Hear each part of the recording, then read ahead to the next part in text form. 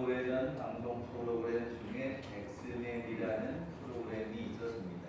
검색해보니 2003년부터 몇 년간 방송되었다 합니다. 여러 출연자들이 나와서 대결을 합니다.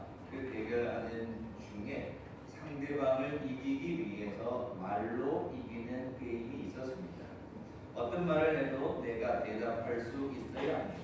그런데 어떤 말을 듣고서 흔들리거나 대답하지 못하면 게임에서 지는 내용이었습니다. 예를 들어 개그맨에게 너 웃길 수 없지, 너 웃기는 거 못하지 라고 하면 개그맨에게는 치명적인 질문이 될 수 있습니다. 그러나 게임에서 이겨야 하니까 어쩔 수 없이 당연하지 라고 외치는 거였습니다. 또 가수에게 말합니다. 너 가수인데 노래 못하지? 라고 하면 이 가수가 자존심이 있어서 아니야 나 노래 잘해 라고 하면 지기 때문에 어쩔 수 없이 당연하지 라고 외칩니다. 또한 연예인이라고 해서 모두가 다 빼어난 미모를 가진 것은 아니기 위해 이기기 위해 상대방에게 너 못생겼지? 라고 하면 화가 나서 너는 얼마나 잘생겼는데? 라고 열을 내어야 하는데 게임에 이기기 위해서 어쩔 수 없이 당연하지 라고 외치는 내용입니다. 방송을 보면서 어쩔 수 없이 당연하지라고 외치는 그 모습이 재미있는 그런 프로그램이었습니다. 당연하지, 당연하다 이 말입니다. 그 말이 맞다는 겁니다. 당연하다는 건 그 말이 그 뜻이 맞다는 겁니다. 그 표현이 20절에 마땅히라는 단어와 같은 의미로 사용되고 있습니다. 당연하지, 마땅히 이런 의미는 같은 내용입니다. 오늘 본문의 배경은 이스라엘 백성들을 향한 하나님의 선포의 내용입니다. 이사야 7장에서부터 이야기를 좀 살펴보아야 하는데 이 시대 상황이 아람 나라와 북이스라엘이 연합을 해서 남유다를 공격해 옵니다. 남유다는 다윗의 후손이 계속해서 왕으로 섬기고 있었는데 이 연합군이 아람 나라와 북이스라엘의 연합군이 예루살렘을 지치고 공격해 오게 됩니다. 그때 유다의 왕이 아하스 왕이었는데 이사야서 7장 2절에 왕의 마음과 그의 백성의 마음이 숲이 바람에 흔들림같이 흔들렸다는 겁니다. 연합군이 공격해 오니까 맞서 싸울 수 있었으면 걱정할 게 없었을 텐데 워낙 많은 숫자가 연합해서 공격해 오니까 감당할 수 없습니다. 그랬더니 그 마음이 숲이 바람에 흔들림같이 흔들렸다는 겁니다. 두려웠다는 거죠. 다르게 말하면 죽게 생겼다는 뜻입니다. 그래서 하나님께서 연합군이 공격해 와서 숲이 흔들림같이 이 바람에 흔들리는 그 두려움 속에 있는 아하스 왕과 이스라엘 백성들에게 하나님이 말씀하셨습니다. 걱정하지 마라. 두려워하지 마라. 염려하지 말라. 아무리 연합군이 공격해도 내가 이길 수 있도록 도와줄 테니까 걱정하지 말라.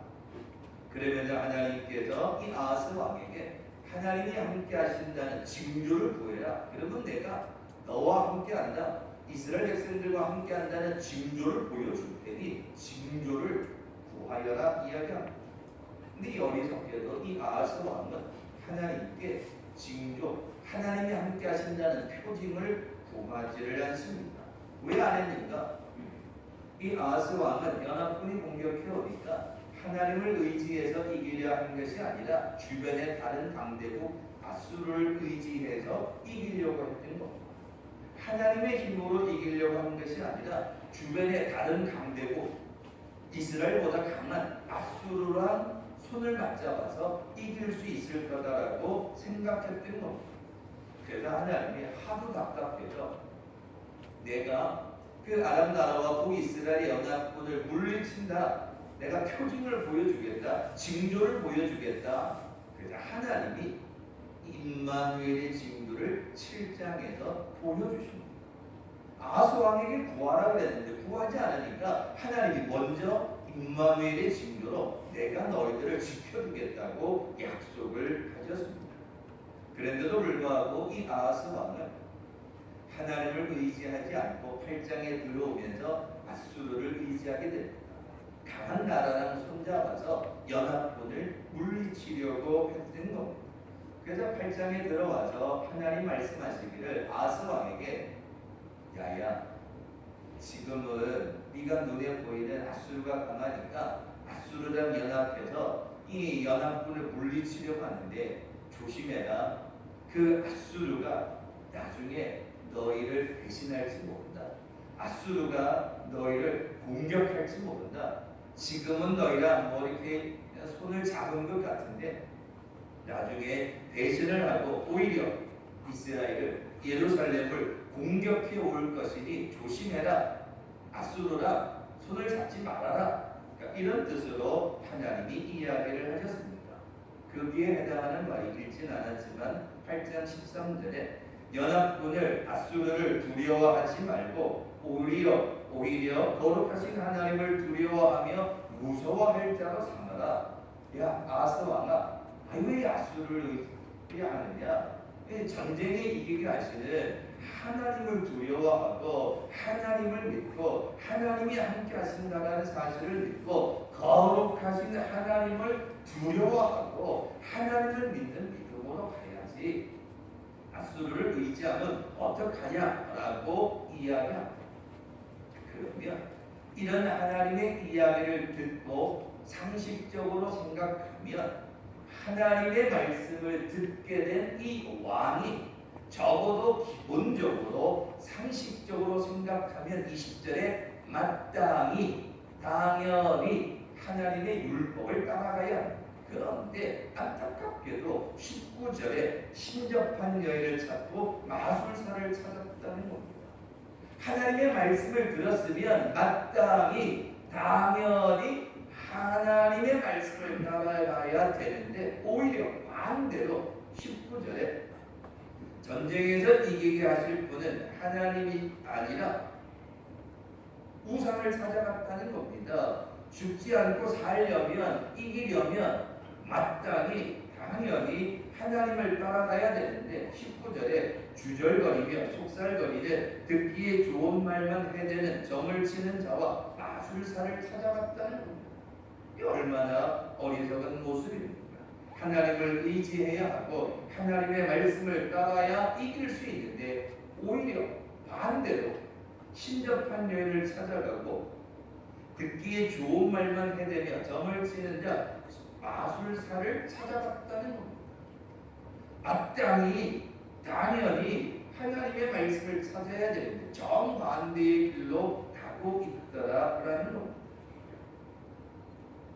아하스 왕은 위기의 순간에 두려운 순간에 숲이 흔들리는 것처럼 연합군이 몰려오는 그 위기의 순간에 오히려 하나님을 떠나 우상을 섬기고 엉뚱한 길로 갑니다. 적어도 하나님의 백성이라면 하나님을 믿는 믿음의 이스라엘 백성이라면 마땅히 당연히 하나님을 찾아야 그 길로 가지 않았습니다.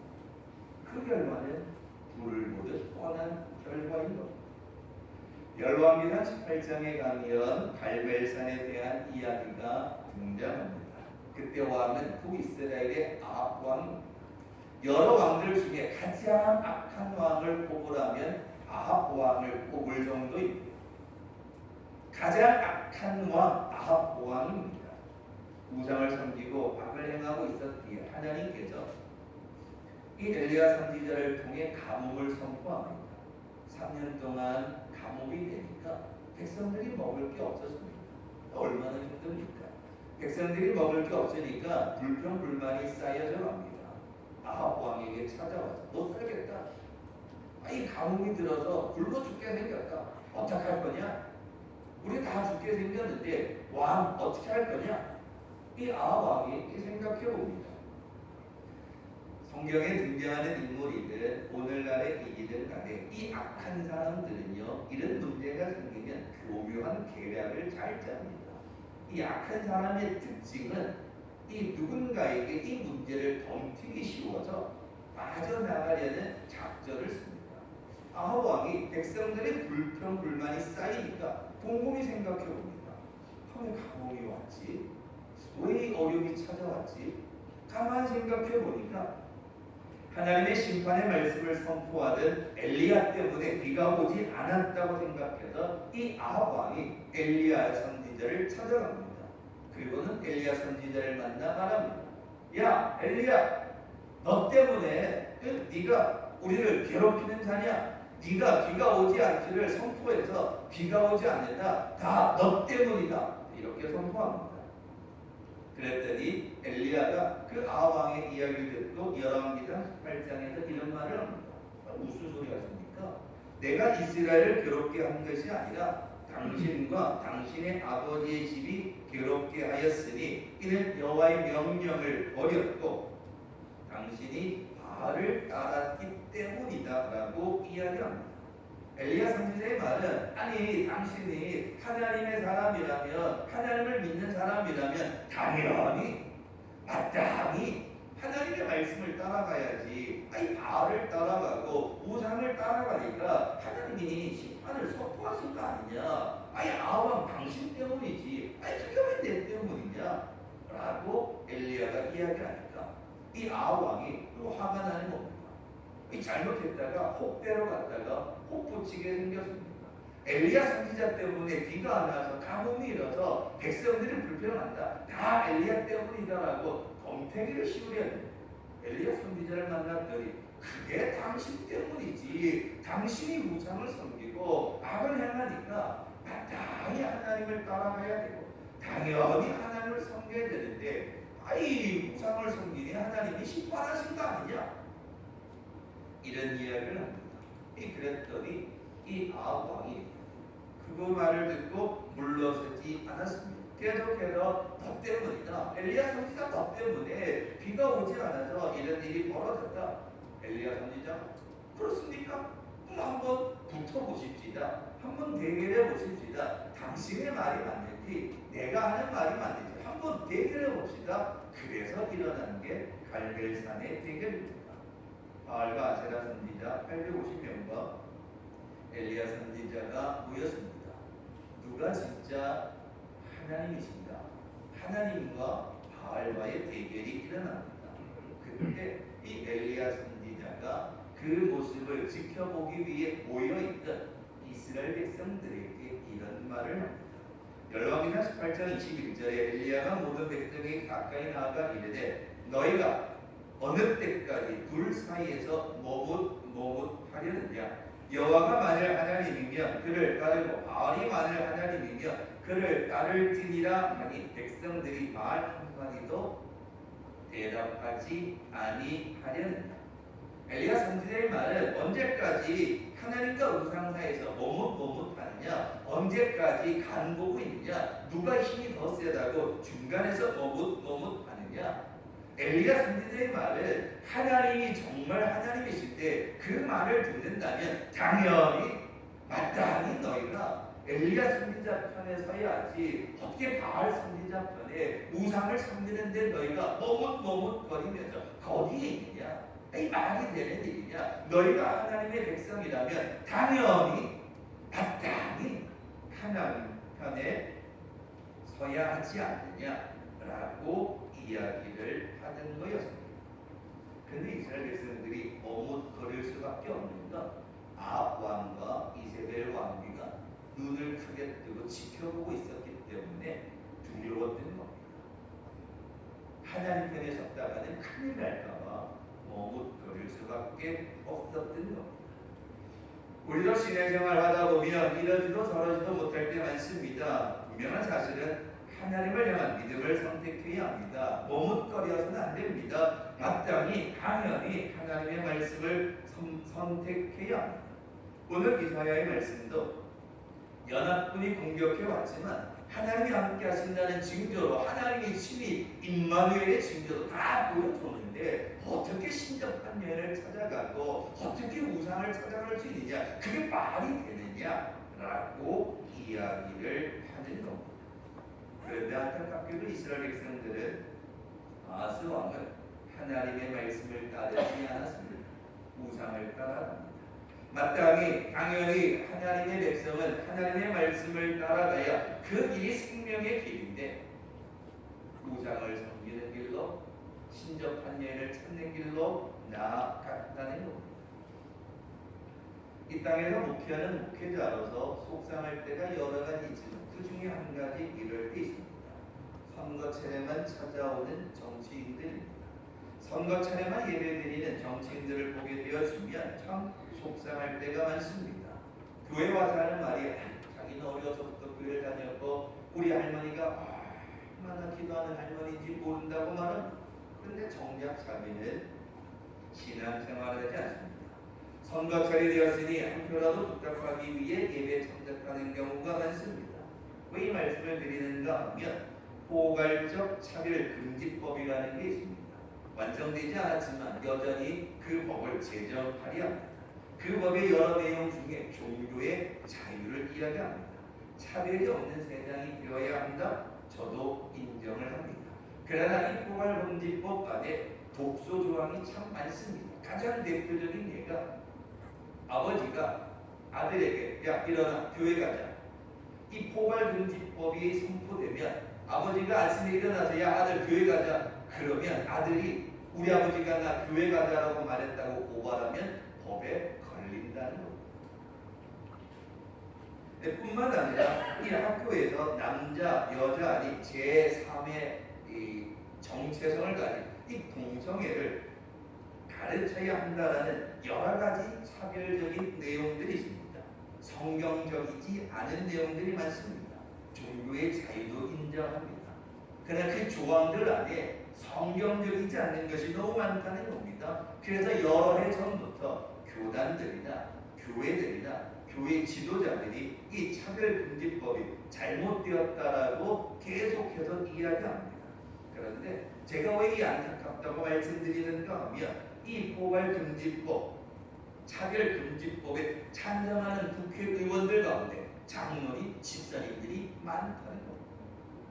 그러니까 이게 문제라는 겁니다. 신앙생활한다고 하면서 하나님을 믿는다고 하면서 자신이 선거에서 당선되기 위해서 하나님을 찾아가서 기도하면서 이 땅에 하나님의 뜻이 이루어지기 위해서는 앞장서서 반대한다는 겁니다. 물론 우리나라의 정치 여건상 어느 쪽을 선택하기가 쉽지 않다는 것 알고 있습니다. 그런데 국회의원이 되고 정치인이 되는 건 자기의 욕심이고 자기 만족입니다. 자기의 욕심을 위하여서 자기 만족을 위해 하나님의 이름을 망령되이 일컫는다?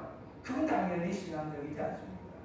적어도 하나님을 믿는다면 당연히 마땅히 하나님의 말씀을 먼저 선택해야 합니다. 그걸 우리는 신앙이라고 이야기하는 겁니다. 우리가 알고 있는 사도 바울은 어떠합니까? 하나님을 만나기 전, 예수를 영적으로 만나기 전에 예수 믿는 사람들을 잡으러 다녔습니다. 그게 당연한 줄 알았습니다. 그게 마땅한 줄 알았습니다. 그래서 죽기를 각오하고 예수 믿는 자들을 잡아옵니다. 그런데 하나님을 만나고 예수님을 만나고 성령의 은혜를 깨닫고 난 다음에는 달라지게 됩니다. 주님을 만난 다음에는 당연히 마땅히 예수를 증거하기 시작합니다. 오히려 죽기를 각오하고 예수를 증거합니다. 사나 죽으나 복음을 전하려 합니다. 머뭇거리지 않았습니다. 자신의 출세를 위해 이 바울은 결코 머뭇거리지 않았다는 겁니다. 끝까지 복음을 전하기 위해 죽기를 각오하고 달려갔다는 겁니다. 왜? 그게 당연했기 때문입니다. 그게 마땅히 믿음의 사람이 사는 방법이었기 때문입니다. 오늘 시간 예배드리는 성도 여러분, 엑스맨이라는 이 방송 프로그램이 교회 안에 있다 가정하에 제가 한번 이렇게 설명해 보기를 원합니다. 야, 너 교회 다니지? 교회 가서 매일매일 주여 주여 하고 기도한다. 당연하지. 기도하면 하늘에서 뭐 떨어지냐? 당연하지. 하나님이 매일매일 응답해 주시니까. 야, 일요일마다 교회 가서 헌금 더 하면 하나님이 부족한 거 채워주시냐? 당연하지. 하나님이 내가 드린 것보다 더 많이 100배 이상으로 채워주셔. 남들은 주말에 놀러 가기 바쁜데 너는 교회 가서 항상 예배부터 먼저 드린다며? 당연하지. 하나님께 가면 마음이 평안하고 얼마나 기쁜데, 교회 가서 하나님을 찾고 예배 드리면 하나님이 복 주신다고 하는데 그 말이 맞아? 야, 당연하지. 마땅히 하나님이 축복하시지. 일용할 양식도 주시고 건강도 주시고 무엇보다도 마음에 기쁨이 넘치도록 축복해 주셔. 예수 믿으면 천국 간다고 하는데 너도 천국 가냐? 당연하지. 나는 예수를 믿어. 난 분명 천국 갈 거야. 소문을 들어보니까 너희 식구들 모두가 다 교회 간다며? 당연하지. 우리 식구 다 같이 교회 다녀. 얼마나 좋은데. 식구들이 다 같이 교회 가면 행복하냐? 당연하지. 항상 기쁘고 감사가 넘치고 찬송이 넘치고 얼마나 좋은데, 얼마나 좋은지 몰라. 그러면 나도 너 따라서 교회 가면 되냐? 나도 너 따라서 교회 가면 되냐? 야, 당연하지. 이 사람아, 내가 가면 하나님이 얼마나 기뻐하시는데, 내가 너를 위해서 얼마나 하나님 앞에 기도했는데. 정말이야? 정말이지. 이 사람아, 내가 너를 위해서 얼마나 하나님 앞에 기도했는데 하나님 앞에 가면 하나님이 당연히 기뻐하시지. 그럼 다음 주일날 같이 갈까? 아침에 내가 데리고 갈게. 이런 모습이 우리에게 있어야 한다는 겁니다. 오늘 이 아침 예배 드리는 여러분, 연합군이 공격해 왔습니다. 바람에 흔들리는 숲처럼 두려웠습니다. 하나님을 의지하여 하였습니다. 임마누엘의 징조까지 친히 보여주셨습니다. 그런데 아하스 왕은 이스라엘 백성들은 우상을 따라갑니다. 신접한 여인을 찾고 마수차를 찾았습니다. 하나님은 선지자를 통해 이스라엘 백성들에게 징조까지 보여주면서 하나님의 말씀을 들려주었는데, 마땅히 당연히 하나님을 따라가야 할 이스라엘 백성들이 전혀 반대의 길로, 엉뚱한 길로 가더라는 겁니다. 이사야 선지자가 하나님의 말씀을 선포했으며 두려워하지 말라, 징조까지 보여주셨으니 하나님이 전쟁에 이기게 하실 거다, 걱정하지 말아라. 그럼 당연히 마땅히 하나님의 말씀으로 살아갈 줄 알았는데, 이 아하스 왕이나 이스라엘 백성들이 신접한 여인을 찾고 우상을 찾고 엉뚱한 길로 가더라는 것. 오늘 이 시간 하나님은 우리에게 선포하십니다. 코로나로 인하여 힘든 시간을 지난 우리들에게 선포하십니다. 축복의 백성이 되기를 원하느냐? 구원의 백성이 되기를 원하느냐? 건강한 몸이 되기를 원하느냐? 가정이 복되기를 원하느냐? 영적으로 승리하는 자가 되기를 원하느냐? 그러면 당연히 마땅히 두말할 것도 없이 하나님을 믿는 그 믿음을 따라 살아가면, 하나님의 말씀을 따라 믿고 살아가면 그 길이 생명의 길이 된다. 오늘 이 아침 우리에게 선포하십니다. 그런데 우리가 살다 보니까 그게 잘 안 되더라는 겁니다. 마땅히, 당연히, 이 말은 다르게 표현하면 상식적이라는 뜻입니다. 하나님의 백성은 당연히 상식적으로 말씀을 따라 살아가야 되죠. 우리가 상식이 통하는 사회가 좋은 세상입니다. 근데 비상식이 너무 강하니까 세상이 어려워지는 겁니다. 하나님을 따라가는, 말씀을 따라가는, 그 말씀을 따라갈 때 당연히 그 길이 생명의 길이요, 내가 사는 길입니다.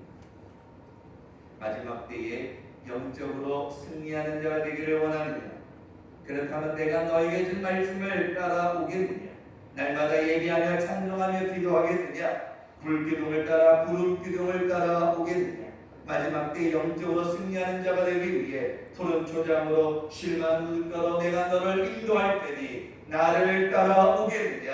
오늘 이 아침 하나님이 말씀하십니다. 그렇다면 여러분은 뭐라고 대답하겠습니까? 하나님, 당연하지요. 두말하면 잔소리 아닙니까? 걱정하기를 마이소. 하나님, 당연하지요. 내가 누굽니까? 나요? 절대로 딴 데 안 갑니다. 내가 왜 딴 데 갑니까? 마땅히 하나님의 말씀을 따라 살아가겠습니다. 생명이, 축복이, 능력이, 은혜가 하나님께 있는데 내가 어디를 갑니까? 당연히 마땅히 하나님의 말씀을 따라가야지 하고 대답하세요. 그런데 따라오겠느냐? 영적으로 승리하는 자가 되기 위해 말씀을 따라오겠느냐? 생각해보세요. 또 시간을 좀 줘보세요. 생각을 해봐야 되지 않겠습니까? 하나님 라고 하시면 안 된다는 겁니다. 하나님 말씀하실 때에 머뭇머뭇거리지 아니하고 하나님 앞에 당연히 마땅히 하나님 말씀을 따라가겠습니다. 말씀을 따라 하나님을 믿는 믿음으로 살아가겠습니다. 당디 고백할 때 하나님의 풍성한 은혜를 우리에게 쏟아주신다는 것. 하나님은 당연히 마땅히 믿음의 고백만 하면 늘 풍성한 은혜를 준비하셨다가 쏟아붓기를 원하시는데 잠깐만 기다려보세요. 바쁩니다. 잠깐만 기다려보세요. 시간이 없어요. 잠깐만 기다려보세요. 하나님 내가 좀 일이 많거든요. 머리가 복잡하거든요. 하나님 우리가 이러고 있어서는 아니 된다는 겁니다.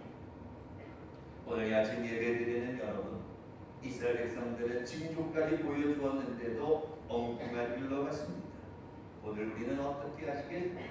하나님께서 오늘 말씀을 주실 때에 그 말씀을 우리에게 선포하실 때에 내가 너와 함께 할 거다. 내가 너와 동행할 거다. 임마누엘의 징조를 통해 너를 지켜줄 거다. 걱정하지 마라. 두려워하지 마라. 그 말씀을 주실 때 예, 알겠습니다. 당연히 마땅히 하나님의 말씀을 따라가겠습니다. 그것이 대답할 수 있는 믿음의 성도들이 되어서 날마다 하나님의 축복 가운데 살아가는 모든 성도들 되시길 주님의 이름으로 축원합니다. 고마우신 아버지 하나님, 우리의 삶을 돌아보건대 참 복잡합니다.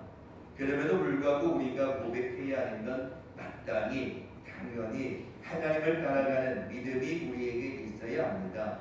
그런데도 우리가 여러 가지 이유들로 인하여 하나님의 말씀보다는 세상의 여러 가지 조건을 앞세워 하나님의 뜻 가운데 살기보다는 내 생각대로 살아갈 때가 얼마나 많은지요. 엉뚱한 길로 가고 잘못된 길로 가면서 또 하나님 앞에 얼마나 불평하고 있는지요. 오늘 우리의 어리석은 모습을 깨닫게 도와주셔서 더 이상 머뭇거리는 자가 아니라 하나님의 말씀 앞에 아멘하게 하여 주시옵시고 그 하나님의 말씀을 따라 당연히 마땅히 말씀의 길로 생명의 길로 걸어가는 우리 모든 성도들에게 인도하여 주시옵소서. 감사드리며 예수님의 이름으로